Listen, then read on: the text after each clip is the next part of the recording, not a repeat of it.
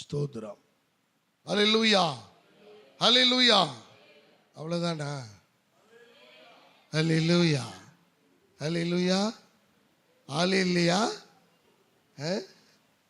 ஹல்லேலூயா. சொல்ல ஹல்லேலூயா, ஹல்லேலூயா, ஹல்லேலூயா, ஹல்லேலூயா, ஹல்லேலூயா. ஆமாம், ஒரு வாரம் முழுவதும் ஹல்லேலூயா மட்டும் சொல்லிட்டு என் ஆத்மாவே கர்த்தரை ஸ்தோத்திரி முடிக்கணும்னு விருப்பம் எனக்கு. மூச்சு முட்டா சொல்லணும். எல்லோரும் வந்து 10 நிமிஷம் மாறி மாறி ஹல்லேலூயா மட்டும் சொல்லிட்டு போயிடுவோம். நல்லா இருக்கும்ல? கண்டதையும் பேசுகிறதுக்கு ஹல்லேலூயா சொன்னோம்னாலும் தேவ கிருபை வெளிப்படும். ஹல்லேலூயா, ஆண்டவருக்கு மகிமை உண்டாவதாக. இந்த நாளிலே ஒரு வித்தியாசமான செய்தியின் கீழே உங்களோடு கூட நான் தொடர்பு படுத்தி உங்களோடு அதுக்குள்ளாக கொண்டு போக நான் வாஞ்சிக்கிறேன். ஆவியானவர் உதவி செய்வாராக. ஒரு கேள்வியோடு ஆரம்பிக்கும் முன்பதாக ஒரு வசனத்தை வாசிப்போம். யோவான் எழுதின சுவிசேஷம் 13வது அதிகாரம், ஜான் சாப்டர் 13 21 27 வரைக்கும். John chapter 13 verse 21 to 27.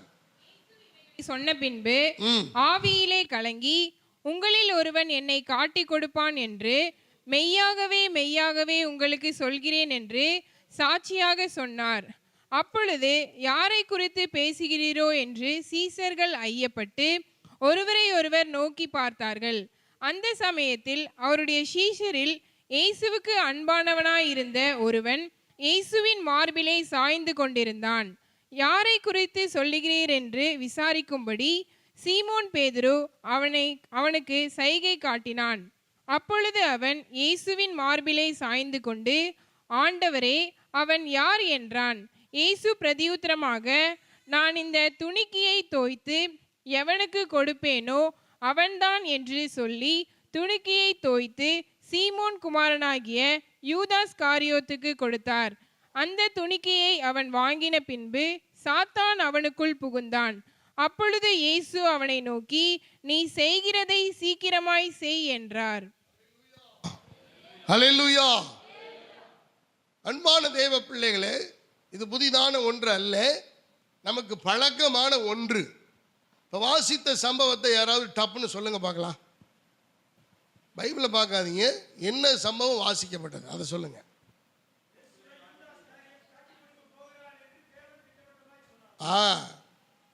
எல்லா சீசர்கள் இயேசுவோடு இருக்கிறார்கள். அப்பொழுது அவர் பந்தி நடந்து கொண்டிருக்கிறது, சாப்பிட்டு இருக்கிறாங்க, ஐக்கியப்பட்டு கொண்டிருக்கிறார்கள். அப்பொழுது ஆண்டவர் சொல்றாரு, ஒருவன் என்னை காட்டி கொடுக்க போகிறான். அப்ப எல்லாம், ஆண்டவரே, யார் அது யார் காட்டி கொடுக்க போறா? அப்படிலாம் யாரும் இல்லையே, நாங்களாம் உங்களுடைய சீசர்கள். அப்பதான் சொல்றாரு, இல்லை, உங்களில் ஒருவன் என்னை காட்டி கொடுப்பான், அவன் தன்னுடைய வேலையை செய்ய வந்திருக்கிறான். அப்போ அடையாளம் காட்டுறாரு. இந்த துணிக்கையை தோய்த்து, ஆமா, யார் இடத்துல நான் கொடுக்கிறேனோ அவன் தான் அப்படிங்கிறார். அப்படியே ஆண்டவர் செய்கிறார். துணிக்கையை தோய்த்து அவன் கையிலே கொடுக்கிறார். அப்பொழுது யார் வந்து புகுந்து கொண்டாரா? சாத்தான் அவனுக்குள் புகுந்தான். அப்ப அது வரைக்கும் யூதாஸ் காரியத்தை எப்படிப்பட்டவராக இருந்திருக்காரு? ஹலோ, நல்லவராக இருந்திருக்கிறார். கொஞ்சம் புத்தி சரியில்லை, அவ்வளவுதான், கொஞ்சம் புத்தி சரியில்லை, ஆனால் புகுந்து கொண்டான். சரி, இப்ப என்னுடைய கேள்வி, எல்லாரும் நல்ல கவனிங்க. பைபிளை பார்த்துட்டு இருக்க வேணா, இப்ப பைபிளை படிக்கணுன்ற அவசியம் இல்லை. என்னுடைய கேள்வியை நன்றாகி புரிந்து கொள்ளுங்கள். ஒரு மனிதனுக்குள் இயேசு உள்ளே இருந்தால் அவன் எப்படிப்பட்ட மனிதனாய் இருப்பான்? பரிசுத்தவானாய் இருப்பான், சமாதானமாய் இருப்பான், இரக்கமுள்ளவனாய் இருப்பான், கொடுக்கிறவனாய் இருப்பான், எல்லாரும் சொல்லுங்க, எல்லாரும் சொல்லுங்க. அநேகருக்காய் ஜெபம் பண்ணுகிறவனாய் இருப்பான், திறப்பிலே நிற்கிற ஒரு மனுஷனாய் இருப்பான், அடுத்தவர்களுக்காக அங்கலாய்ப்பான், பாரப்படுவான், இயேசுவை போல இருப்பான். சொல்லுங்கம்மா. தீங்கு செய்ய மாட்டான், அநீதி செய்ய மாட்டான், அநியாயம் செய்ய மாட்டான். அப்புறம் அவ்வளவுதானா? கீழ்ப்படிதல் உள்ளவனாய் இருப்பான். அப்ப இயேசு ஒரு மனிதனுக்குள்ள இருந்த இவ்வளவுதானா? அட பாவிகளா, ஒருத்தர் தான் சத்தம் போட்டுட்டு இருக்காரு, இந்த பக்கம் ஒரு 2 பேர் சத்தம் போடுறாங்க, மற்றவங்க எல்லாம் பயப்பட மாட்டான், பின்னாடிலாம் அட போயா, எனக்குள்ள யார் இருக்கான்னு எனக்கே தெரியல, நானே பல பிரச்சனையில் வந்திருக்கிறேன், நீ ஏதாவது அதுக்கு ஏதாவது ஒன்று சொல்லுவியா ஆறுதலா? அதை போட்டு ஏசு உள்ளே இருந்தா என்னவெல்லாம் எப்படியெல்லாம் இருப்பான் அப்படின்னு கேள்வி கேட்டுக்கிட்டு இருக்கிற. நாங்கள் கேள்வி கேட்குறது எங்களுக்கு பிடிக்காது, நாங்கள் தான் எல்லாரையும் கேள்வி கேட்போம். சொல்லுங்க, அவ்வளோதானா? அமைதியாக இருப்பான். டே அப்பா, அமைதியாக இருப்பான். அப்படின்னா எந்திரிச்சு போகக்கூடாது, நான் முடிக்கிற வரைக்கும் அவளை அமைதியாக இருப்பான். அவ்வளோதானா? எப்பா, நான் எதிர்பார்க்கிற ஒரு வார்த்தை கூட வரல சாமி. தேவனுடைய ராஜ்யத்தின் மகிமைக்காக பாடுபடுவான். He will work for the kingdom of God. தேவனுடைய ராஜ்யத்துக்காக. Kishore, any thoughts? ஏதாவது? வருகை எதிர்பார்த்து காத்து கொண்டிருப்பான். என்னது யுத்தத்துக்கு? என்னப்பா? ஓ, தேவனுடைய சித்தத்துக்கு அவன் தன்னை ஒப்பு கொடுத்தவனாயிருப்பான்.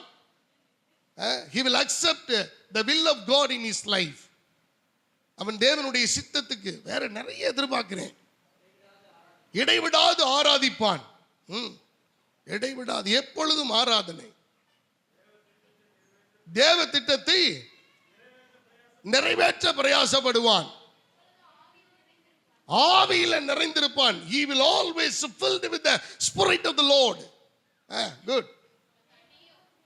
தன்னையே ஒப்பு கொடுப்பான். He will surrender his total life to Jesus. வேதத்தின் மேல், the desire of the word of God, தேவனுடைய வார்த்தையின் மேல், அந்த ஞான பாலின் மேல் வாஞ்சை உள்ளவனாய் அவன் இருப்பான். அப்புறம் ஹலோ எலினாஸ்டர், நிறைய எதிர்பார்க்கிறேன். சொல்லுங்க, எப்படி? தேவனுடைய வருகையின் எக்கால சத்தத்துக்காக அவன் எதிர்நோக்கி காத்து கொண்டிருப்பான். கர்த்தரை வெளிப்படுத்துகிறவனாயிருப்பான். சத்தம் எங்கேயோ வருது, யாருன்னு தெரியலையே. சொல்லுங்க. ஹலோ அன்பானவர்களே, ஒருவன் கிறிஸ்துவுக்குள் இருந்தால், யாருமே சொல்லலையே, இயேசு ஒருவனுக்குள் இருப்பாரானால், ஒருத்திக்குள் இருப்பாரானால் அவன் எப்படிப்பட்டவனாய் இருப்பான்? He is always look like a new person. ஒரு புது மனுஷனாய், ஒரு புது தோற்றம் கொடுக்கிற ஒரு மனுஷனாய். The appearance must be a new. அவனுடைய வாழ்க்கையினுடைய ஒவ்வொரு பகுதியும் ஒரு புதிய அனுபவத்தை அவனுக்கு கொடுக்கும் அல்லது அவளுக்கு கொடுக்கும். இயேசு கிறிஸ்து ஒருவனுக்குள் வாழ்வாரானால், நீங்க சொன்னதெல்லாம் உண்மை, சந்தோஷம், சமாதானம், தேவ ராஜ்யத்துக்காக பாடுபடுவது. பட் above all, இயேசு ஒரு மனிதனுக்குள் இருப்பாரானால் அவனுடைய வாழ்க்கை ஒரு புது சிருஷ்டி. He will be the new creation.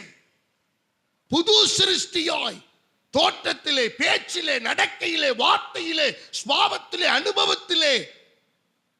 எனக்கு அருமையான தேவ பிள்ளைகளே, he will look like a new creation.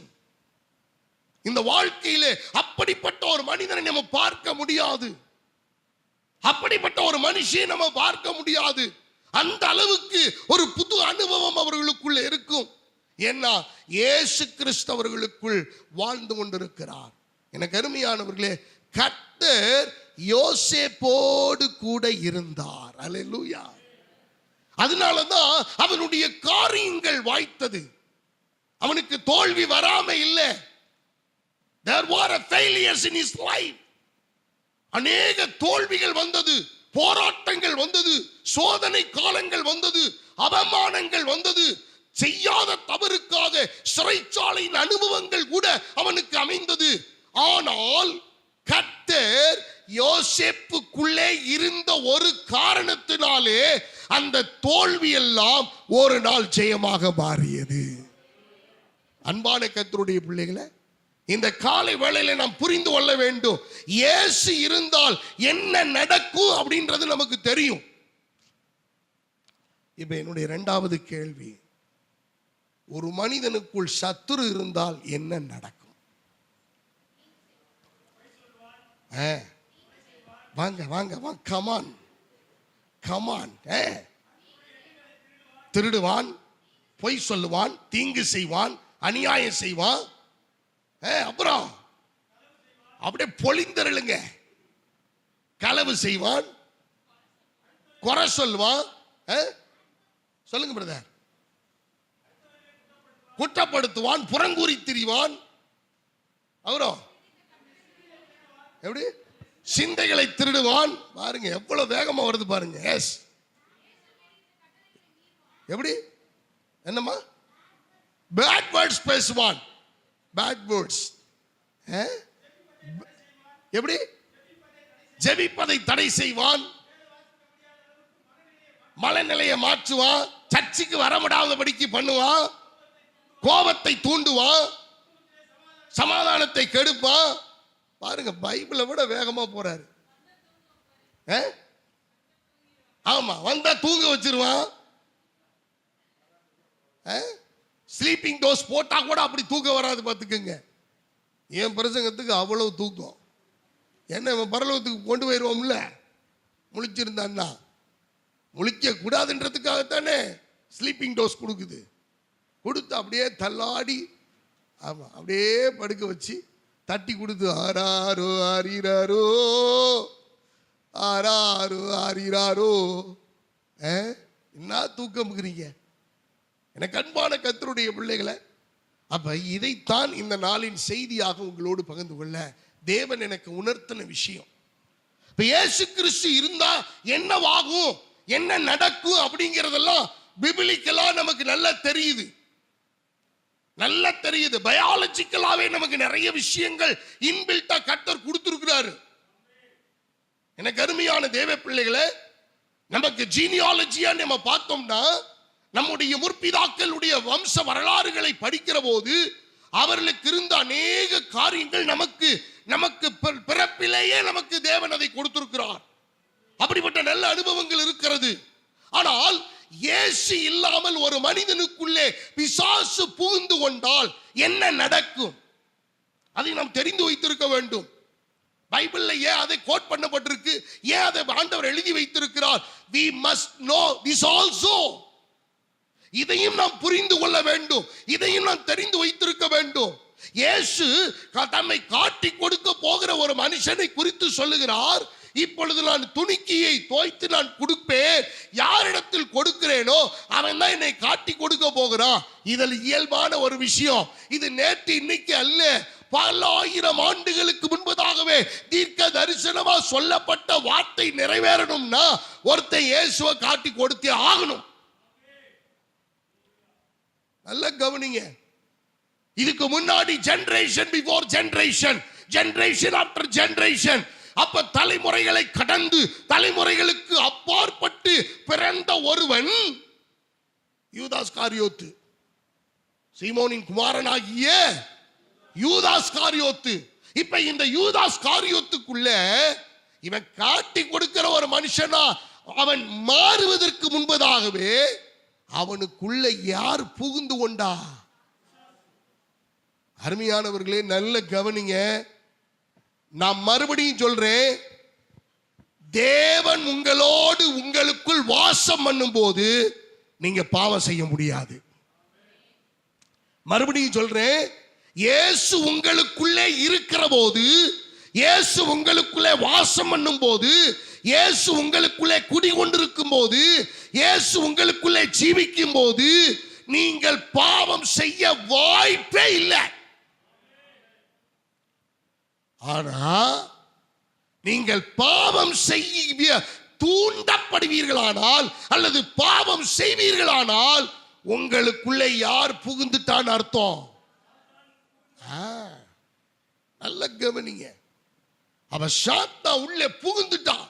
உள்ள புகுந்தாத்தான் இவன் இயேசுவை காட்டி கொடுக்க முடியும்.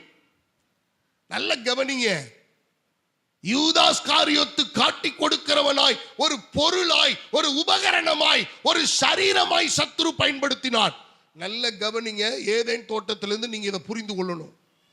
இந்த சத்தியம் தெரியணும்னா ஏதேன் தோட்டத்திலிருந்து நான் மறுபடியும் சொல்லித்தரேன் உங்களுக்கு.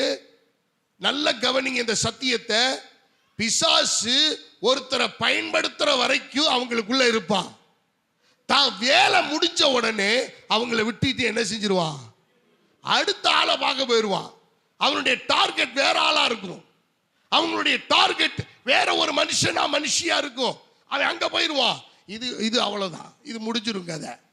இப்ப நல்ல கவனிங்க, இயேசுவோடு இருந்தவன், இயேசுவின் அற்புதங்களை பார்த்தவன், இயேசு சீசர்கள் அத்தனை பேரிலையும் இவன் தான் பைனான்சியல் டிபார்ட்மெண்ட்டை பார்த்த ஒரு மனிதன், பொருளாளர்.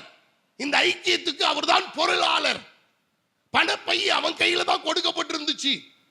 எல்லாருடைய வேலைகளையும் அவன் தான் பார்த்து கொண்டிருந்தான். எல்லா செலவு கணக்குகளையும் அவன் தான் வைத்திருந்தான். அப்படிப்பட்ட ஒரு மனுஷனுக்குள் சத்துரு புகுந்தபடியினாலே அவன் இயேசுவை காட்டி கொடுத்தான். இப்ப நல்லா புரிஞ்சுக்கணும், இயேசுவை காட்டி கொடுக்கணும்னா கூட இயேசுவோடு இருக்கிற நீங்க அந்த வேலையை செய்ய முடியாது. பிசாசு உள்ள வந்தா மட்டும்தான் அதை செய்ய முடியும். அன்பான தேவ பிள்ளைகளை நல்ல கவனிங்க. அதுக்கு ஒரு சில 2 காரியங்களை நான் உங்களுக்கு விளக்கமாய் சொல்லி உங்களை அடுத்த கட்டத்துக்கு கொண்டு செல்ல நான் வாஞ்சிக்கிறேன். ஆவியானவர் உதவி செய்வாராக. இதை நல்லா புரிஞ்சுக்கங்க. இந்த சத்தியத்தை இந்த நாளில் இது அத்தியாவசியம். உங்களுக்குள்ள இருக்கிறது இயேசுவா அல்லது சத்துருவான்னு இன்னைக்கு ஒரு முடிவு கட்டிட்டு போங்க.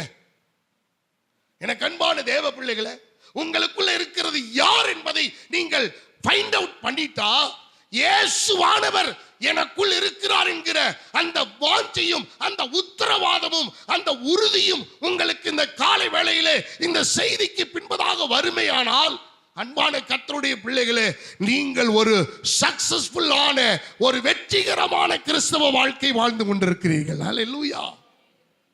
அதுல மாற்று கருத்தே கிடையாது. ஒருவேளை நீங்க ஸ்ட்ரகிளா இருந்தீங்கன்னு சொன்னா, இப்பையும் ஒன்னும் மோசம் இல்லை, இப்பையும் ஒன்னும் ஆண்டவர் நம்மளை கைவிடல.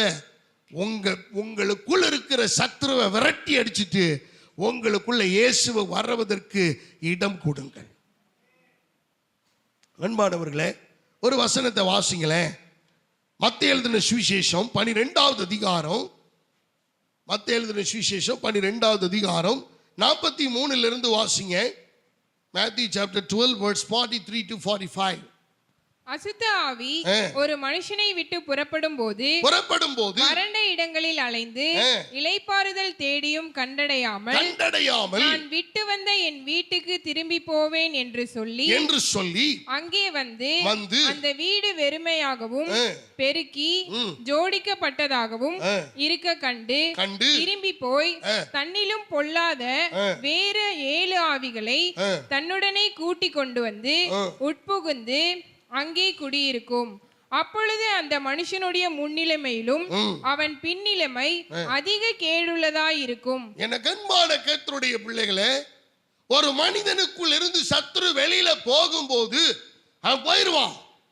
இயேசுவின் நாமத்தினால என்று சொல்லுகிற போது அவன் போயிருவான். ஆனா பிரச்சனை என்ன தெரியுமா? நீங்கள் சுத்தம் பண்ணப்பட்டு சுத்திகரிக்கப்பட்டு பரிசுத்த ஆவியானவருடைய கட்டுப்பாட்டுக்குள் இருந்தீர்களே ஆனால் உங்களுக்கு எந்த ப்ராப்ளமும் இல்லை. ஆனால் நீங்க ஜோடிக்கப்பட்டு, நீங்கள் அலங்கரிக்கப்பட்டு, நீங்கள் வேதம் வாசிக்காம, ஆலயத்துக்கு வராம, தெய்வ பயம் இல்லாம, தேவனுடைய காரியங்களுக்கு அடுத்த எந்த ஒரு காரியத்திலையும் உங்களை ஈடுபடுத்திக் கொள்ளாம உங்களை செப்பரேட் பண்ணி கொள்ளுகிற போது, எனக்கு அன்பான கர்த்தருடைய பிள்ளைகளை, அது வந்து பார்க்கும், இது ஜோடிக்கப்பட்டிருக்கிறது, அலங்கரிக்கப்பட்டிருக்கிறது, அழகா இருக்குது, நல்லா இருக்கு, காலியா இருக்கு அப்படின்னு சொல்லி இயேசு இல்லாத அந்த இருதயத்திலே சத்ருவானவன் போய் வேற 7 ஆவிகளை ஒண்ணுக்கே தாங்கலங்க, 7 ஆவிகளை கூட்டி கொண்டு வந்து ஒரு மனிதனுக்குள் அவன் பிரவேசிப்பானா. அவனுடைய முன்னிலைமை, அவனுடைய நிலைமை முதல்ல இருந்ததை விட ரொம்ப மோசம், படுபயங்கரமாயிரும். படுமோசமாயிரும். இன்னைக்கு கிறிஸ்தவ வாழ்க்கை என்பது இப்படித்தான் அநேகருடைய வாழ்க்கை காணப்பட்டு கொண்டிருக்கிறது. அன்பான தேவனுடைய பிள்ளைகளை, 2 காரியத்தை உங்களுக்கு முன்பதாய் நான் பதிவிட வாஞ்சிக்கிறேன். ஒன்று, லூக்கா எழுதின சுவிசேஷம் 8வது அதிகாரம் 32, 33 ஆகிய வசனங்களை வாசிப்போம். லூக்கா 8வது அதிகாரம் 32, 33. அவ்விடத்தில் அநேகம் பன்றிகள் கூட்டமாய் மலையிலே மேய்ந்து கொண்டிருந்தது. அந்த பன்றிகளுக்குள் போகும்படி தங்களுக்கு உத்தரவு கொடுக்க வேண்டும் என்று அவரை வேண்டிக் கொண்டான். அவைகளுக்கு உத்தரவு கொடுத்தார். அப்படியே பிசாசுகள் அந்த மனுஷனை விட்டு நீங்கி பன்றிகளுக்குள் புகுந்தன. அப்பொழுது அந்த பன்றி கூட்டம் உயர்ந்த மேட்டிலிருந்து கடலிலே பாய்ந்து அமிழ்ந்து மாண்டது. என கண்மான கர்த்தருடைய பிள்ளைகளை, இயேசு ஊழியம் செய்த நாட்களிலே ஒரு பட்டணத்துக்கு போகிறார். அது கடற்கரையின் ஓரமாய் இருக்கிறது. கலிலேயாவில் இருந்து கதரனேரே என்கிற ஒரு பட்டணத்துக்கு அவர் போகிறார். அந்த பட்டணத்துக்குள் அவர் பிரவேசிக்கும் முன்பதாகவே ஒரு மனிதன் அவர்களை குறுக்கிடுகிறான். சாதாரண மனுஷன்ல, ஒரு வாலிபன், ஒரு இளைஞன், ஒரு நல்ல வாலிப கட்டுமஸ்தான ஒரு உடைமை உடையவன். இப்ப அவர்களை தடுத்து நிறுத்துகிறான். இதுல கொடுமை என்னன்னா, அவன் நிர்வாணமாய் இருக்கிறான். அவன் சங்கிலிகளால் கட்டப்பட்டவனாய் இருக்கிறான். அவன் அவன் பாத்தீங்கன்னா கல்லறையிலே தங்குகிறவனாய் இருக்கிறான். அவனை இயேசு பார்த்த உடனே பிசாசுக்கு டென்ஷன் ஆயிடுச்சு. பிசாசுக்கு ரொம்ப டிஸ்டர்ப் ஆயிடுச்சு. நேரா பிசாசு ஓடி வந்து அந்த வாலிபனுக்குள் இருக்கிற அந்த பிசாசு இயேசுவினிடத்திலே விழுந்து மண்டியிட்டு, இயேசுவே, உனக்கு எனக்கு என்ன பிரச்சனை? இப்ப நீ எதுக்கு இங்க வர? இத்தனை நாளா நான் பாட்டுக்கு கிடக்கிறேன். என் இடம் கல்லறை, நான் பாட்டுக்கு வாழ்றேன், எனக்கு எந்த பிரச்சனையும் இல்லை. இப்ப மட்டும் எதுக்கு வர்றீர்? இந்த இடத்துக்கு வராதீங்க. இயேசுவை தடை செய்கிறான். நல்ல கவனிங்க, இயேசுவை தடை செய்வதற்கு இவன் யார்? இயேசு பார்க்கிறார், தெரிந்துதான் போறார். அந்த பட்டணத்துக்குள்ளே போகிறான். அவன் அவன் அவன் சொல்றான், உன் பேர் என்னன்னு கேட்ட உடனே, என்னுடைய பேர் லேகியோன்னு சொன்னா. எத்தனை ஆவிகளா? பல ஆவிகள். அருமையானவர்களே, அதுக்கு நான் ஒரு விளக்கம் சொல்லி இருக்கிறேன் ஏற்கனவே. எத்தனை பேர் அதெல்லாம் மனசுல வச்சிருக்கிறீங்கன்னு தெரியல. ஞாபகம் இருக்கா? ரோம சாம்ராஜ்யத்திலே ஒரு படை உண்டு. அது தற்கொலை படை. பாத்தீங்கன்னா, எந்த இடத்திலையும் எந்த சூழ்நிலையிலையும் உடனே பாய்ந்து தங்கள் உயிர் போனாலும் சரி, தங்களுடைய நாட்டையோ தங்களுடைய ஜனாதிபதியையோ அவர்கள் பாதுகாப்பார்கள். அந்த படையிலே 700 பேர் உண்டு. 700 பேருக்கு ஒருத்தர் கூட மேலே இருக்க மாட்டாங்க, கீழே இருக்க மாட்டாங்க. 700 பேர். எனக்கு அருமையான தேவ பிள்ளைகளை, மன்னிக்கும், 7000 பேர். 7000 பேர். இவனுக்குள் அநேக ஆவிகள் இருந்தபடியினாலே அந்த பேர் அவன் சொல்றான், எனக்குள்ள இருக்கிறது சாதாரண ஆவிகள் அல்ல, 7000 ஆவிகள் எனக்குள்ள இருக்கிறபடினால என்னுடைய பெயர் லேகியோன். அன்பான கர்த்தருடைய பிள்ளைகளே, இந்த லேகியோன் என்கிறது இந்த மனுஷன், அவன் கட்டப்பட்ட நிலைமையில கிடக்கிறான். இவனை கட்டி வச்சிருக்க அந்த பிசாசு. நல்ல நீங்க வேதத்தை வாசிச்சு பார்த்தீங்கன்னு சொன்னா அதுல சொல்லப்பட்டிருக்கிறது, பல ஆண்டு காலமாக இந்த வாலிபனை, இந்த இளைஞனை அது அடிமைப்படுத்தி வைத்திருக்கிறது. பட்டணத்துக்குள்ள அவனால் இருக்க முடியல, ஆனா கல்லறையில் அவனால் இருக்க முடியுது. வேதம் சொல்லுகிறது அவன் எப்படிப்பட்டவன், அவன் எப்படி சூழ்நிலையிலே அவன் கடந்து வந்தான், அவனுடைய நிலைமை என்ன என்பதை நாம் வேதத்திலே பார்க்கிற போது, நீங்க 28 வாசிங்க. 28 அவன் இயேசுவை கண்டபோது கூக்குரலிட்டு அவருக்கு முன்பாக விழுந்து, இயேசுவே, உன்னதமான தேவனுடைய குமாரனே, எனக்கும் உமக்கும் என்ன, என்னை வேதனைப்படுத்தாதபடிக்கு உம்மை வேண்டிக் கொள்கிறேன் என்று மகா சத்தத்தோட சொன்னான். அந்த அசுத்த ஆவி அவனை விட்டு போகும்படி இயேசு கட்டளையிட்டபடியினாலே அப்படி சொன்னான். அந்த அசுத்த ஆவி வெகு காலமாய் அவனை பிடித்திருந்தது. அவன் சங்கிலிகளினாலும் விலங்குகளினாலும் கட்டுண்டு காவல் பண்ணப்பட்டிருந்தும் கட்டுகளை முறித்து போட்டு பிசாசினால் வனாந்தரங்களுக்கு துரத்தப்பட்டிருந்தான். அன்பான கர்த்தருடைய பிள்ளைகளை இந்த இடத்துல நல்ல கவனிக்க வேண்டும். ஒரு மனிதனுக்குள்ளே, ஒரு வாலிபனுக்குள்ளே, அல்லது எந்த ஒரு மனிதரா இருக்கட்டும், மனுஷியா இருக்கட்டும், ஒரு மனிதனுக்குள்ளே பிசாசு புகுந்து கொண்டால் அதனுடைய அடையாளம் என்ன தெரியுமா? நல்ல கவனிங்க. முதல்ல ஊரோட சேர்ந்து வாழ விடாது, குடும்பத்தோட சேர்ந்து வாழ விடாது, பட்டணத்தாரோடு சேர்ந்து வாழ விடாது. எனக்கு அருமையானவர்களே, இது வனாந்தரத்திலே போய் அவனை தங்க வைத்தது, கல்லறைகளிலே அவனை படுக்க வைத்தது. இதிலே இன்னும் சொல்லப்பட்டிருக்கிறது, அவன் கட்டுண்டவனாய் கிடந்தும், அவன் காவல் பண்ணப்பட்டிருந்தும், அவன் கட்டுக்களை முறித்து போட்டு அவன் கல்லறைகளிலேயும் வனாந்தரங்களிலேயும் தங்குகிறவனாய் காணப்பட்டான். அன்பான கர்த்தருடைய பிள்ளைகளை நல்ல கவனிங்க. இன்னைக்கு அநேகருடைய வாழ்க்கை இப்படி இருக்கிறது. குடும்பங்களோடு சேர்ந்து அவங்களால வாழ முடியல, சபையோடு சேர்ந்து அவங்களால பயணிக்க முடியல, பட்டணத்தாரோடு, ஜனத்தாரோடு, இனத்தாரோடு அவர்கள் இணைந்து ஒருமனப்பட்டு அவர்களால் வாழ முடியல. காரணம் என்ன தெரியுமா? இந்த வகையான பிசாசு அவர்களுக்குள்ளே புகுந்து அவர்களை வனாந்தரத்திலேயும் கல்லறைகளிலேயும் கட்டுண்ட நிலைமையிலே கட்டுக்களை முறித்து போட்டு, இன்னொரு பகுதி சொல்லுகிறது, நேரம் இல்லை அதை சொல்றதுக்கு, என்னன்னா அவன் கல்லுகளை எடுத்து தன்னை காயப்படுத்துகிறவனாயிருந்தான். சில பேரை பார்த்துருக்கிறீங்களா? எப்ப பார்த்தாலும் தங்களை காயப்படுத்தி கொள்றதே அவங்களுக்கு வேலை. இதெல்லாம் என்ன நினைக்கிறீங்க? இதை சாதாரணமா நம்ம எடுத்துக்க கூடாது. இதெல்லாம் பிசாசினுடைய ஒருவித கிரியைகள், ஒரு விதமான கிரியைகள். அவனை தள்ளும், அவனை அபகரிக்கும், அந்த மனுஷியை அபகரிக்கும், அவர்களை சேர்ந்து வாழ விடாது, ஒருமனப்படுத்த விடாது, ஐக்கியம் கொள்ள விடாது, அவர்களை சந்தோஷமா இருக்க விடாது, சமாதானமா இருக்க விடாது, நிம்மதியா இருக்க விடாது. இந்த வாலிபனை அப்படித்தான் பண்ணிருச்சு. பட்டணம் இருக்கிறது, ஆனா இவன் கல்லறையில கிடக்கிறான். ஊர்ல பட்டணத்துல வீடு வாசல் இருக்குது, ஆனா இவன் வனாந்தரத்தில் கிடக்கிறான். தன்னை காயப்படுத்துகிறவனாய் இருக்கிறான், தன்னை சுத்தமா வைத்துக் கொள்ளவில்லை. அருமையான தேவ பிள்ளைகளை, தொடர்ந்து வாசிங்க அந்த வசனத்தை 30 இயேசு அவனை நோக்கி, உன் பேர் என்னவென்று கேட்டார். அதற்கு அவன் லேகியோன் என்றான். அநேகம் பிசாசுகள் அவனுக்குள் புகுந்திருந்தபடியால் அந்த பெயரை சொன்னான். தங்களை பாதாளத்திலே, நல்ல கவனிங்க, 26, 27 வாசிங்க. பின்பு கலிலேயாவுக்கு எதிரான கதரேனுடைய நாட்டில் சேர்ந்தார்கள்.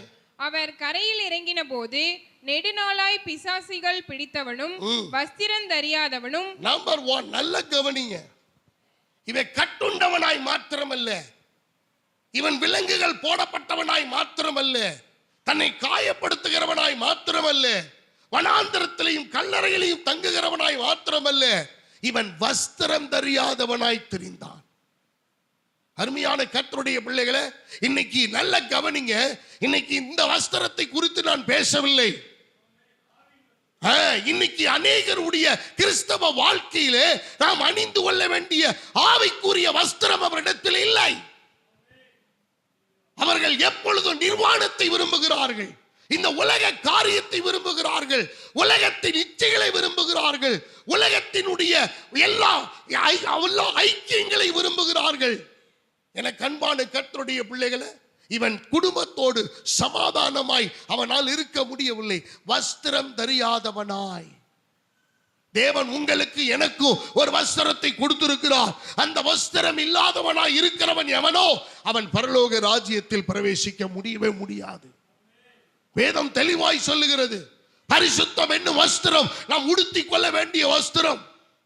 எனக்கு அன்பான கர்த்தருடைய பிள்ளைகளை, நமக்கு ஆண்டவர் கொடுத்திருக்கிற இந்த ஆவிக்குரிய இந்த போர் சேவகருக்குரியதான இந்த சர்வாயுத வர்க்கம் என்கிறதான போர் ஆயுதங்களை நாம் அணிந்து கொண்டவர்களாய் அது நமக்கு வஸ்திரமாய் இருக்க வேண்டும்.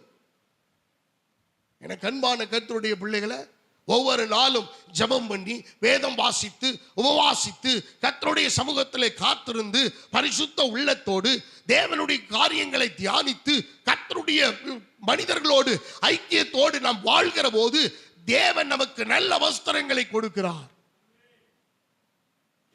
உலகத்தோட நம்ம நேரம் செலவிட்டு கொண்டிருக்கிறோம். இவன் யாரோட நேரம் செலவிறான் தெரியுமா?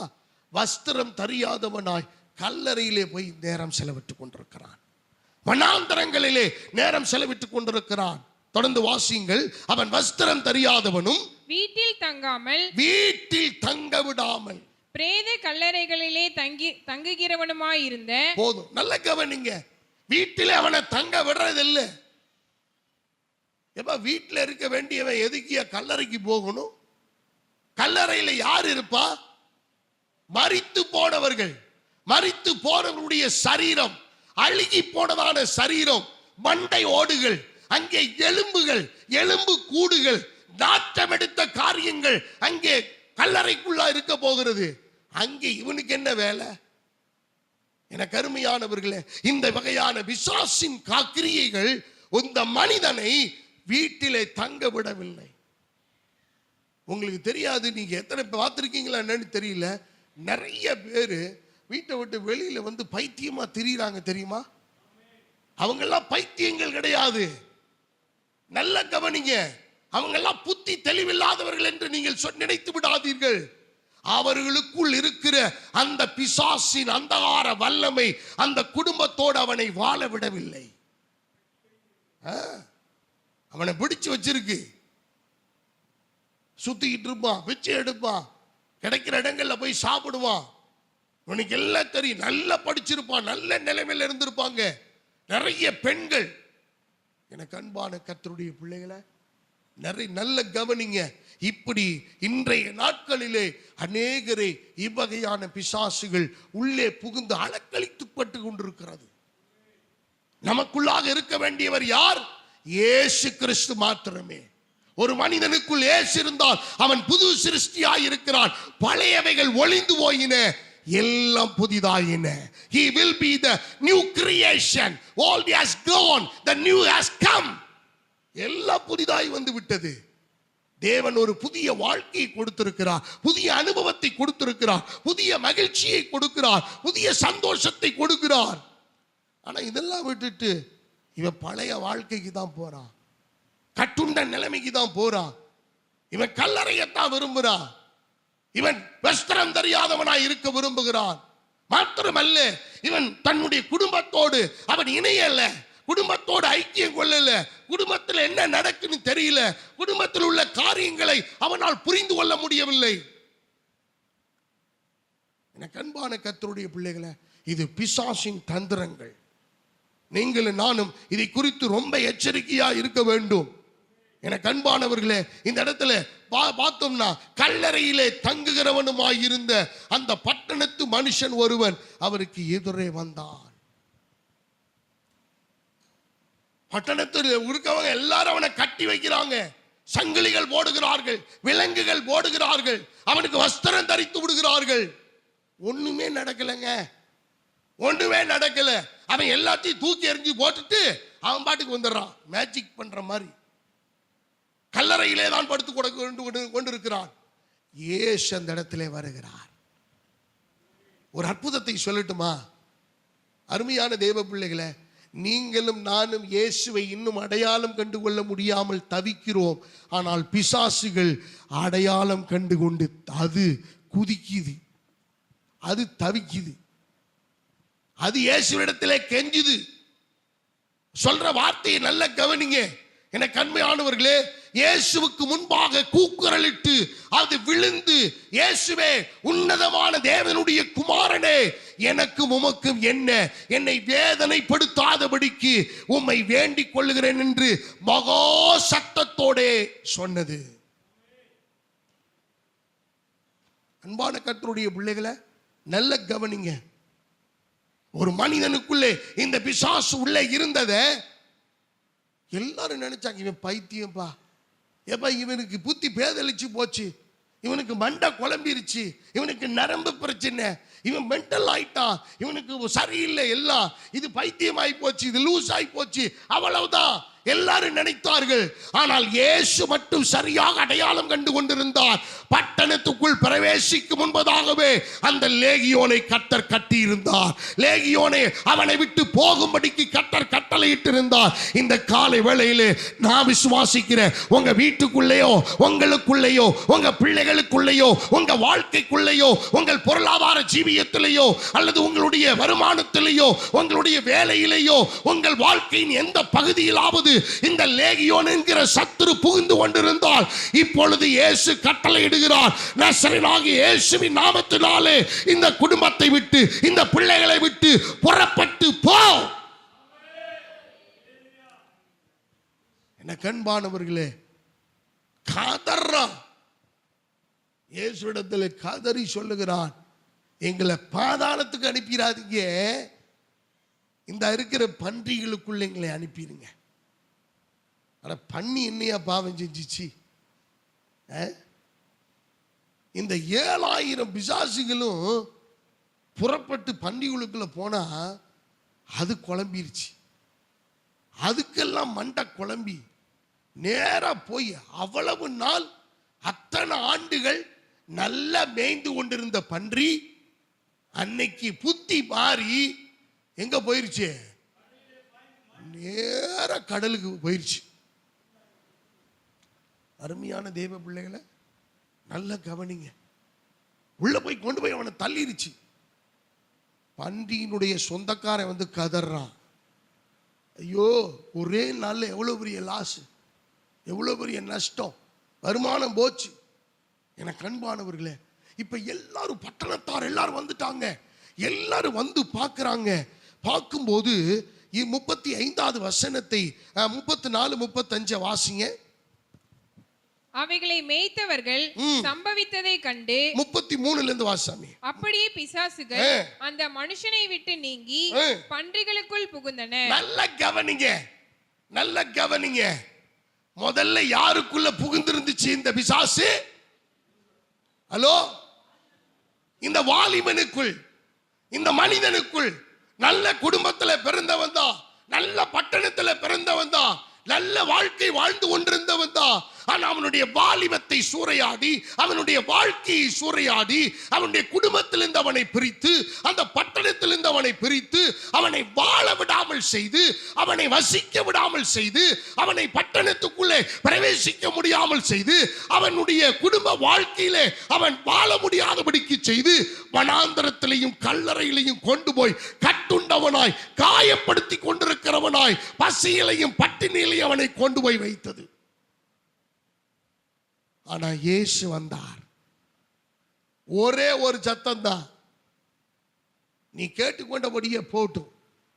எல்லா பிசாசும் 7000 பிசாசும் அவன் டெந்து எப்படி அவன் பாதிக்கப்பட்டிருப்பான்னு நீங்க யோசிச்சு பாருங்க. இப்ப புரியுதா? சிலது கீழ்ப்படியாம போகுது. காரணம் என்ன தெரியுமா? உள்ளுக்குள்ள என்ன பூந்திருக்கு?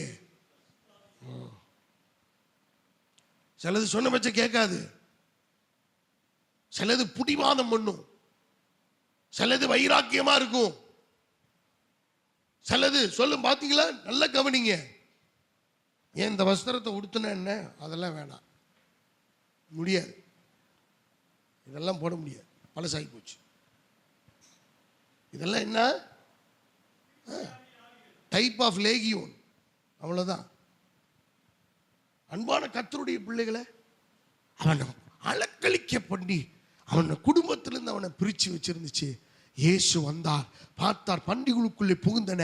இப்ப தொடர்ந்து வாசிங்கம்மா. அப்பொழுது அந்த பன்றி கூட்டம் உயர்ந்த மேட்டிலிருந்து கடலிலே பாய்ந்து அமிழ்ந்து மாண்டது. அவைகளை மேய்த்தவர்கள் சம்பவித்ததை கண்டு ஓடி போய் பட்டணத்திலும் சுற்றுப்புறங்களிலும் அறிவித்தார்கள். அப்பொழுது சம்பவித்ததை பார்க்கும்படி ஜனங்கள் புறப்பட்டு இயேசுவினிடத்தில் வந்து, பிசாசுகள் விட்டு போன மனுஷன் வஸ்திரம் தரித்து இயேசுவின் பாதத்தருகே உட்கார்ந்து புத்தி தெளிந்திருக்கிறதை கண்டு பயந்தார்கள். எனக்கு அன்பான கர்த்தருடைய பிள்ளைகளை, பல ஆண்டு காலமாய் வஸ்திரம் தெரியாதிருந்தவன், பல ஆண்டு காலமாய் கட்டுண்டு கிடந்தவன், பல ஆண்டு காலமாய் கல்லறையிலேயும் மரித்தவர்களோடும் மக்கி போனவர்களோடும் மண்டை ஓட்டுகளோடும் அவன் வாழ்ந்து கொண்டிருந்தவன், தன்னுடைய சரீரத்தை காயப்படுத்தி கொண்டிருந்தவன், பட்டணத்திலேயும் குடும்பத்திலேயும் எந்த மனிதர்களோடு எந்த சவகாசமும் வைத்துக் கொள்ள விரும்பாதவன், இப்ப முதன் முறையாக இயேசுவின் பாதத்தருகே வஸ்திரம் தரித்தவனாய் அவன் அமர்ந்திருப்பதை கண்டு எல்லோரும் பயந்தார்கள். இதுல ஒரு விஷயத்தை சொல்லட்டுமா? இந்த உலகம் எப்ப தெரியுமா உன்னை பார்த்து பயப்படும்?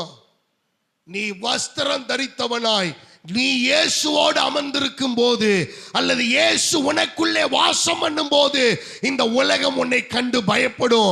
ஆனா இப்ப பயப்படாம இருக்கிறதுக்கான காரணம் என்ன தெரியுமா? இந்த உலகம் உன்னை பைத்தியமா பார்க்க விரும்புது, இந்த உலகம் கல்லறையில இருக்க விரும்புது, இந்த உலகம் வனாந்தரத்தில் உன்னை கொண்டு போய் தள்ள விரும்புது, இந்த உலகமானது உன்னை பைத்தியங்களை போல உன்னை நடத்த விரும்புது.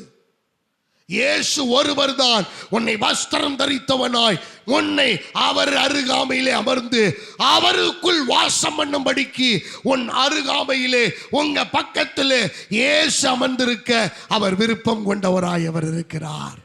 ஹல்லேலூயா! எத்தனை பேருக்கு புரியுது இந்த சத்தியம்? அன்பான கர்த்தருடைய பிள்ளைகளே, இந்த உலகம் உங்களை எப்படி பார்த்தாலும் சரி, இயேசு உங்களை விடுதலையாக்க விரும்புகிறார். இன்னைக்கு ஆண்டவர் சொல்ல விரும்புகிறார், உங்களை பைத்தியம்னு சொல்லலாம், உங்களை அவமானப்படுத்தி இருக்கலாம், உங்களை ரொம்ப மோசமா பேசி இருக்கலாம், உங்களை அசிங்கமா ட்ரீட் பண்ணி இருக்கலாம், உங்களை ஒரு மனிதனோ கூட சக மனுஷியா கூட அவர்கள் அங்கீகாரம் பண்ணாம இருக்கலாம். ஆனா இயேசு ஒரு வார்த்தை சொல்லுவாரானால், உங்களை சந்திப்பாரானால், உங்கள் அருகாமையிலே அவர் வருவாரானால், உங்களுக்குள்ளே அவர் வருவதற்கு நீங்கள் இடம் கொடுப்பீர்களே ஆனால், என் தேவன் உங்களுடைய வாழ்க்கையை ஒரு சன பொழுது அவர் மாற்ற அவர் வல்லமை உள்ள தெய்வம். பல ஆண்டு காலமா மாறாத ஒரு மனிதனுடைய வாழ்க்கை கொஞ்ச நேரத்தில் மாறினது. He transformed his life. ஆண்டவர் அவனுடைய வாழ்க்கையை அப்படியே மறுரூபமாக்கிட்டார். இன்னைக்கு உங்களுடைய வாழ்க்கையும் என் வாழ்க்கையும் அவர் மறுரூபமாக்க விரும்புகிறார். நம்மளை புது சிருஷ்டியாய். எனக்கு அன்பான கர்த்தருடைய பிள்ளைகளை, திடீர்னு ஒருத்தன் பைத்தியமா தெரிஞ்சவன் நல்லா நீட்டா அயன் பண்ணி பேண்ட் ஷர்ட்லாம் போட்டு டையெல்லாம் கட்டி ஜம்முன்னு நின்னான்னா நமக்கு பயம் வருமா வராதா? என்ன நாம பைத்தியமா தான் பார்க்க விரும்புகிறோம், நல்லவனா பார்க்க விரும்பல. இந்த உலகம் அப்படி பார்க்க விரும்பாதுங்க, விரும்பாது. நீ நல்லவனா இருக்க இந்த உலகம் விரும்பாது. இயேசு ஒருவர் மட்டும்தான் நீ எப்படி இருக்க வேண்டும் என்பதை அவர் விரும்புகிறார். அல்லேலூயா! அவர் அருகாமையிலே உன்னை உட்கார வைக்கணும்னு விரும்புகிறார். வஸ்திரம் தரித்தப்பட்டவனாய், வஸ்திரம் தரித்தவளாய். எனக்கு அன்பானவர்களே, பட்டணத்தில் இருக்கவங்க எல்லாரும் வந்து ஆச்சரியமா பார்க்குறாங்க, எல்லாரும் பயப்படுறாங்க. இயேசுவின் பாதத்தருகே உட்கார்ந்து புத்தி தெளிந்திருக்கிறதை கண்டு ஜனங்கள் யாவரும் பயந்தார்கள். எனக்கு அருமையான தேவ பிள்ளைகளை, ஊரு ஊரா போய் சொல்றான், இந்த பட்டணத்துல இப்படி ஒரு பிசாசு பிடிச்சவன் இருக்கிறான்றத இத்தனை வருஷமா ஒருத்தனும் இயேசுவிடத்துல போய் சொல்லல. எங்க ஊர்ல நாங்க சின்ன பிள்ளையா இருந்த போது அந்த அம்மா பேரு எனக்கு இன்னும் ஞாபகம் இருக்கு, லைலா. எங்க அம்மாவுக்கு ஞாபகம் இருக்கான்னு தெரியல, லைலான்னு. முடியை வந்து பாதியா கட் பண்ணியிருக்கோம், முதியா பாதியா கட் பண்ணி, இன்னும் எனக்கு முகம் ஞாபகம் இருக்கு. அந்த பாலத்திலிருந்து அக்கறைக்கு போக கூடாது, அது அங்கங்க ஹோட்டல்ல போய் சாப்பிடும், எல்லாம் பண்ணும். யாரும் கொண்டு வந்து விட்டுட்டு போயிட்டாங்க. பைத்தியமா இருக்கும். சின்ன பிள்ளையில நாங்க சாப்பிடலன்னா கூட எங்களுக்கு சொல்ற மறு வார்த்தை என்ன தெரியுமா? லைலா கிட்ட பிடிச்சி கொடுத்துருவேன், சாப்பிட்டுரு. சில பேர் குழந்தைக்கு இப்படி தான் ஊட்டுறாங்க நம்ம சர்ச்சில். பாஸ்டர்கிட்ட சொல்கிறதுக்கு முன்னாடி நீ சாப்பிட்ரு. என்னை பூச்சாண்டியாக வச்சுருக்காங்க. குழந்தைகளுக்கு சாப்பாடு விடுறது பாஸ்டர்கிட்ட சொல்லிடுவேன், பாஸ்டர்கிட்ட ஃபோன் போட்டுருவேன், சாப்பிட்ரு. சேட்டை பண்ணினா என்னை அவங்க எப்படி பார்க்குறாங்க? பாஸ்டராக பார்க்கல, பூச்சாண்டியாக பார்க்குறாங்க.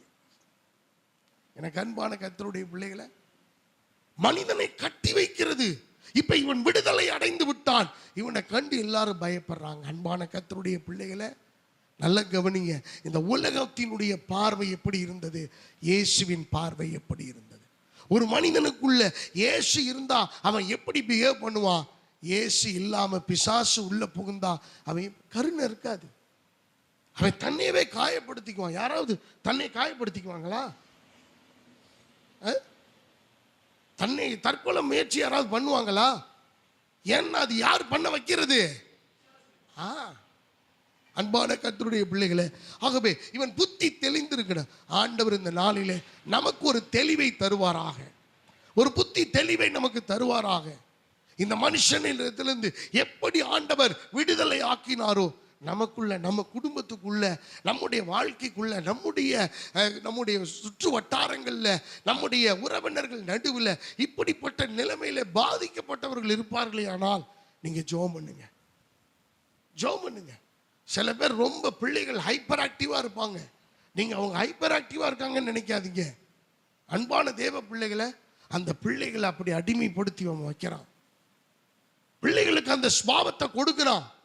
உங்களுக்கு அதுக்குரிய விளக்கத்தை நான் அடுத்த பகுதியில் என்ன சொல்லி நான் நிறைவு செய்கிறேன். வாசிங்கள் 2வது காரியம், மத்தேயு எழுதின சுவிசேஷம் 17வது அதிகாரம் 14 இந்த சம்பவத்தை சொல்லி நான் நிறைவு செய்கிறேன்.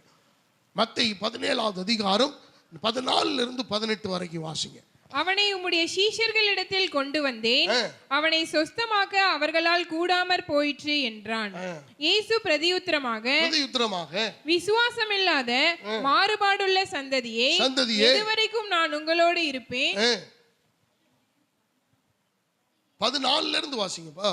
அவர்கள் ஜனங்களிடத்தில் வந்தபோது ஒரு மனுஷன் அவரிடத்தில் வந்து அவர் முன்பாக முழங்கால் படியிட்டு, ஆண்டவரே, என் மகனுக்கு இரங்கும், அவன் சந்திரரோகியாய் கொடிய வேதனைப்படுகிறான், அடிக்கடி தீயிலும் அடிக்கடி ஜலத்திலும் விழுகிறான். அவனை உம்முடைய சீசர்களிடத்தில் கொண்டு வந்தேன், அவனை சொஸ்தமாக்க அவர்களால் கூடாமற் போயிற்று என்றான். எனக்கு அன்பானவர்களே, நல்ல கவனிங்க. ஒரு தகப்பன் இயேசுவிடத்திலே வருகிறான். நல்ல கவனிங்க சம்பவத்தை. அந்த தகப்பன் இயேசுவிடத்திலே சொல்லுகிறான், என்னுடைய மகன் ரொம்ப வேதனைப்படுகிறான், அலக்களிக்கப்படுகிறான். ஒரு டிரான்ஸ்லேஷன்ல எப்படி சொல்லப்பட்டிருக்கிறது, வலிப்பு வியாதியினாலே பாதிக்கப்பட்டவனாய் இருக்கிறான். சில நேரங்களில் அவனை தீயிலே கொண்டு போய் அவனை தள்ளுகிறது, சில நேரங்களிலே அவனை தண்ணீரிலே கொண்டு போய் தள்ளுகிறது. நீங்கள் மார்க் எழுதின சுவிசேஷத்திலே வாசிப்பீர்களே ஆனால் அதிலே சொல்லப்பட்டிருக்கிறது, அவனை நுரை தள்ள வைக்கிறது, நுரை தள்ள வைக்கிறது. அவனை குடும்பத்தாரோடு ஐக்கியமாய் இருக்க விடவில்லை. அவனை குறித்ததான பாரத்தை குடும்பத்துக்குள்ளே உருவாக்குகிறது. அவன் போய் அடிக்கடி தண்ணீர்ல உளுந்துடுறான், அடிக்கடியில தீயில உளுந்துடுறான். அவன் சரீரம் காயப்பட்டு விட்டது, அவன் அலக்களிக்கப்படுகிறான். அப்புறம் நுரை தள்ளி கீழே விழுந்து அவன் அதுக்கப்புறம் சரியாயிடுறான். நான் சீசர்களிடத்தில் கொண்டு போனேன், அவர்களால் சுகப்படுத்த முடியாமல் போய்விட்டது. அன்பான கர்த்தருடைய பிள்ளைகளை நல்ல கவனிங்க. இது வியாதி அல்ல, நல்லா தெரிஞ்சுக்கங்க. வியாதி அல்ல, பிசாசினுடைய தாக்கம். பிசாசு உள்ளே புகுந்து கொண்டு இந்த வாலிபனை, இந்த பையனை, இந்த சிறு பையனை அவனுடைய தகப்பனிடத்திலிருந்து அந்த அன்பை பெற முடியாமல் அவனை பிரித்து வைத்து அவனை தீயிலும் தண்ணீரிலும் கொண்டு போய் தள்ளி அவனை கொலை செய்ய தூண்டுகிறது. தற்கொலைக்கு நேராக அவனை தள்ளுகிறது. இன்னைக்கு நிறைய பேர் மருந்து மாத்திரைகள் அலையறாங்க. ஆனா தேவன் நமக்கு சொன்ன ஒரு பாடம் என்ன தெரியுமா? இயேசுவின் பாடத்தின் அருகே முழு உண்மையாய், முழு பலத்தோடு, குடும்பமாய் எப்படி இந்த தகப்பன் தன்னுடைய மகனுடைய சுகத்துக்காக ஆண்டவரிடத்திலே வந்து விழுந்து வேண்டிக் கொண்டானோ, அப்படி வேண்டிக் கொள்ளும் போது கர்த்தர் பரிபூர்ண சுகத்தை கொடுக்க அவர் வல்லமையுள்ள தேவனாயிருக்கிறார். எனக்கு அருமையான தேவ பிள்ளைகளை, இந்த வசனத்தை நாம் வாசிக்கும் போது அவன் வேதனைப்படுகிறான், சந்திர ரோகியாய் கொடிய வேதனைப்படுகிறான். அப்படின்னா என்ன தெரியுங்களா?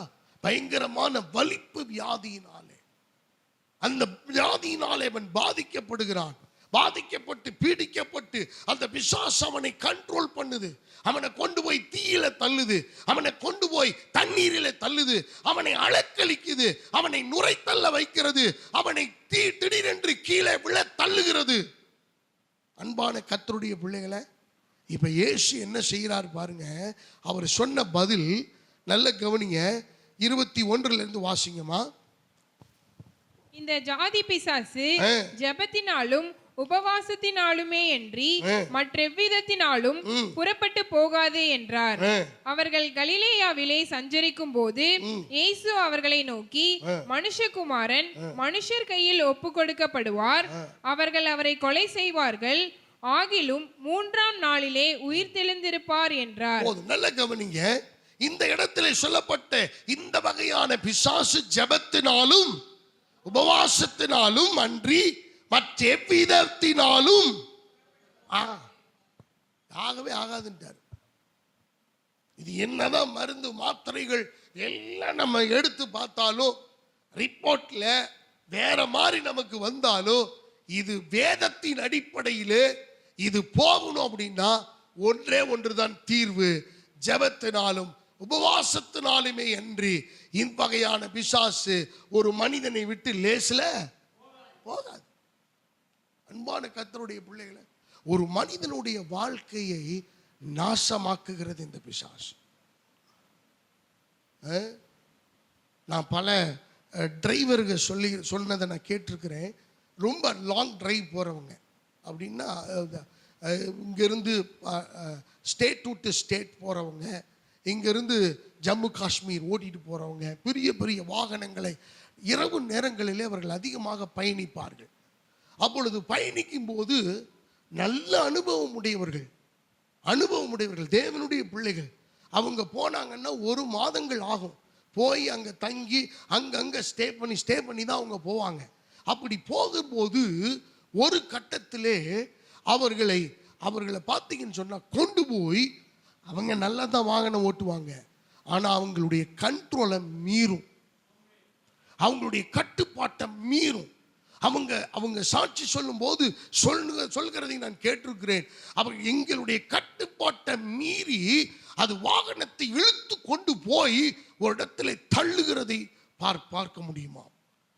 எனக்கு அன்பான தேவ பிள்ளைகளை, இப்பயும் நீங்க யூடியூப்ல போய் பாருங்க, தொப்பூர் கணவாய் விபத்து இல்லாத 4 நேரமும்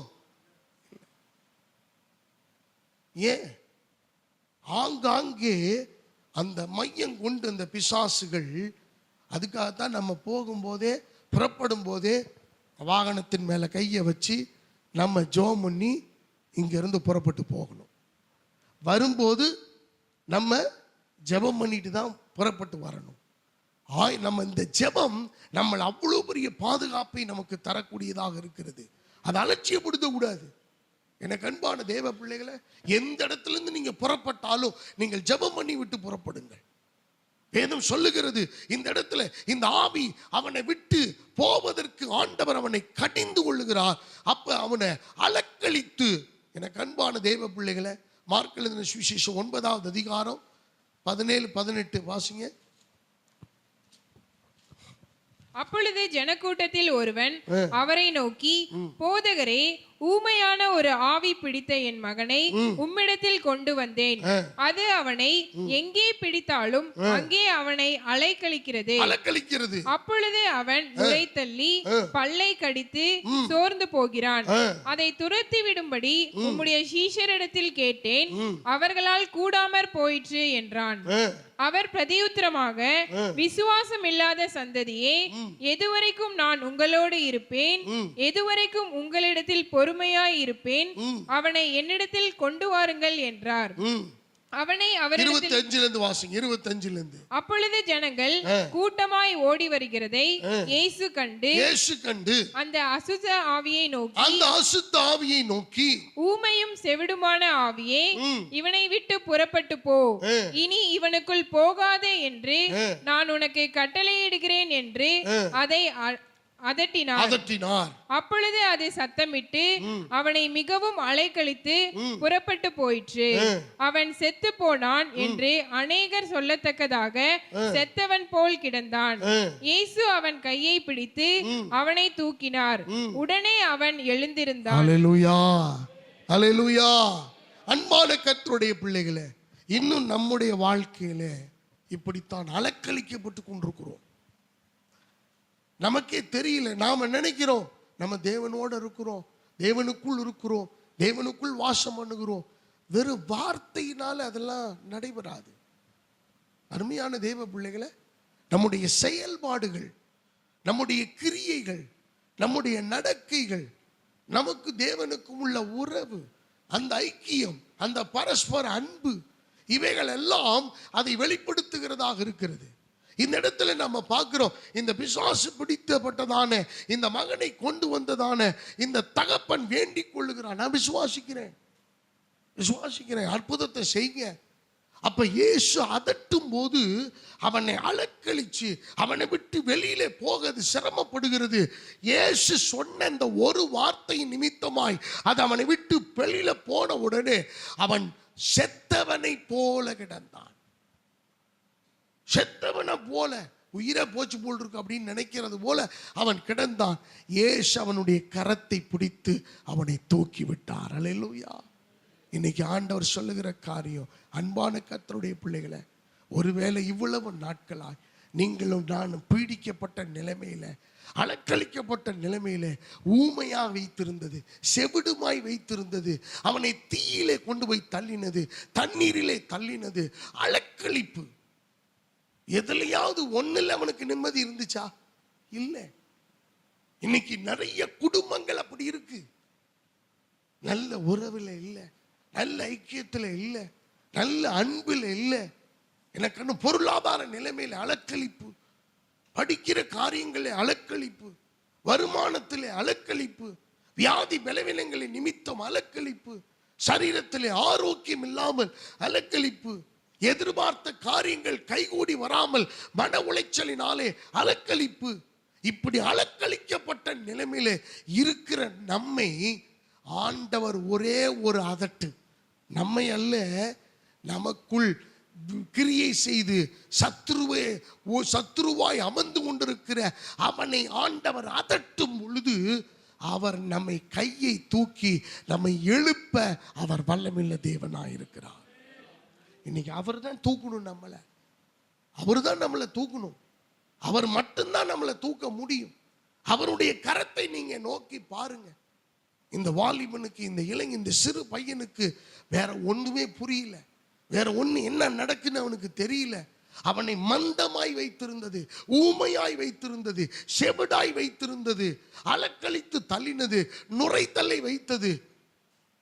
எனக்கு அன்பானவர்களே, இவன் சமுதாயத்திலே இவன் இந்த ஒரு வேற மாதிரி கேட்டகரி அப்படிங்கிற ஒரு நிலைமையில் அவனை தள்ளி வைத்திருந்தது. ஆனால் இயேசு தன் தகப்பனுடைய பாரத்தை அறிந்தவர். அந்த மகனுடைய தகப்பன் அழுது, என்னுடைய மகன் வேதனைப்படுகிறான், என்னுடைய மகன் வேதனை என்னால் தாங்க முடியல, எப்படியாகிலும் நீர் சுகப்படுத்தும், நான் விசுவாசிக்கிறேன், நான் வாஞ்சிக்கிறேன், என் மகனை எனக்கு திருப்பி தாரும் என்று அவன் வேண்டிக் கொண்ட போது அந்த தகப்பனுடைய இருதயத்தை புரிந்து கொண்ட என் இயேசு அவனை விடுதலை ஆக்கி அவனுடைய கரத்தை பிடித்து தூக்கி அவனுடைய கையிலே கொடுத்தார். அல்லேலூயா. அன்பான கர்த்தருடைய பிள்ளைகளே, இந்த காலை வேளையில ஒருவேளை நீங்க அலக்களிக்கப்பட்டு கொண்டிருக்கலாம், உன் வாழ்க்கையில் என்ன ஆண்டவரே, நான் செய்யறது ஒன்று, நடக்கிறது ஒன்றாவே இருக்குது. நான் எதிர்பார்த்த காரியம் ஒன்றா இருக்குது, ஆனால் நடக்கிறது ஒன்றா இருக்குது. நான் இப்படியெல்லாம் நடக்கும்னு எதிர்பார்க்கல, ஆனால் என் வாழ்க்கை வேற மாதிரி போயிட்டு இருக்கு. நான் விரும்பின வாழ்க்கையை வாழ முடியல. நான் எதிர்பார்த்த காரியங்கள் எதுவும் நடக்கலை. என்னால் சிரமப்பட முடியல, என்னால் கஷ்டப்பட முடியல, என் பிள்ளைகள் படுற கஷ்டங்களை பார்க்க முடியல, என் மனைவி என் புருஷன் படுற கஷ்டத்தை என்னால் தாங்க முடியல, என்னுடைய குடும்பம் இப்படி இருக்கிறத என்னால் எனக்கு விருப்பமே இல்லை.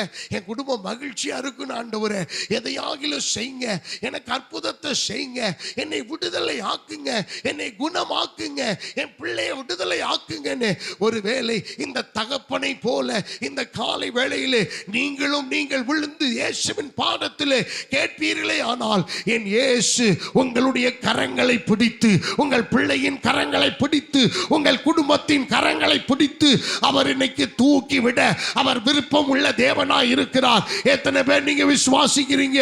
நீ எந்த இடத்துல விழுந்திருந்தாலும், எந்த இடத்துல செத்து போன நிலைமையில கிடந்தாலும், எந்த இடத்துல நுரை தள்ளின நிலைமையில கிடந்தாலும், எந்த இடத்துல நீ தீயில போய் விழுந்திருந்தாலும், எந்த இடத்துல தண்ணீரில போய் விழுந்திருந்தாலும், எந்த இடத்துல விஷத்துல போய் விழுந்திருந்தாலும், என் இயேசு இன்னும் உன்னை நேசிக்கிறவராய், உன்னை தூக்கி விடுகிறவராய், உன்னை விடுதலை ஆக்க விரும்புகிறவராய், உன்னுடைய தகப்பனோடு, உன்னுடைய தாயோடு, உன் புருஷனோடு, உன் மனைவியோடு, உன் பிள்ளைகளோடு நீ சந்தோஷமாய் வாழ, ஒரு புது சிருஷ்டியாய் மாற, ஒரு புது வாழ்க்கையை உனக்கும் எனக்கும் தர அவர் விருப்பம் உள்ளவராய் இருக்கிறார்.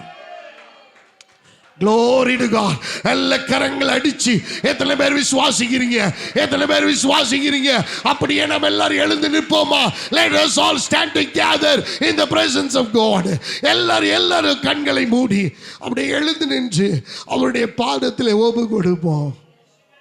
ஓ ஆண்டவரே, நுரைதல்ற வாழ்க்கையா போச்சு, அலக்கழிக்கப்படுகிற வாழ்க்கையா போச்சு. ஆண்டவரே, எங்க வாழ்க்கை மாறட்டும் ஆண்டவரே, எங்க வாழ்க்கை மாறட்டும் ஆண்டவரே. இயேசுவுக்கு மட்டுமே எங்களுடைய வாழ்க்கையில இடம் உண்டு, சத்துருவுக்கு இடம் இல்லை. இயேசுவுக்கு மட்டுமே, இயேசுவுக்கு மட்டுமே, இயேசுவுக்கு மட்டுமே இடம் உண்டு. ஆவியானவரே, உம்மை துதிக்கிறோம், உம்மை துதிக்கிறோம் ஆண்டவரே, உம்மை துதி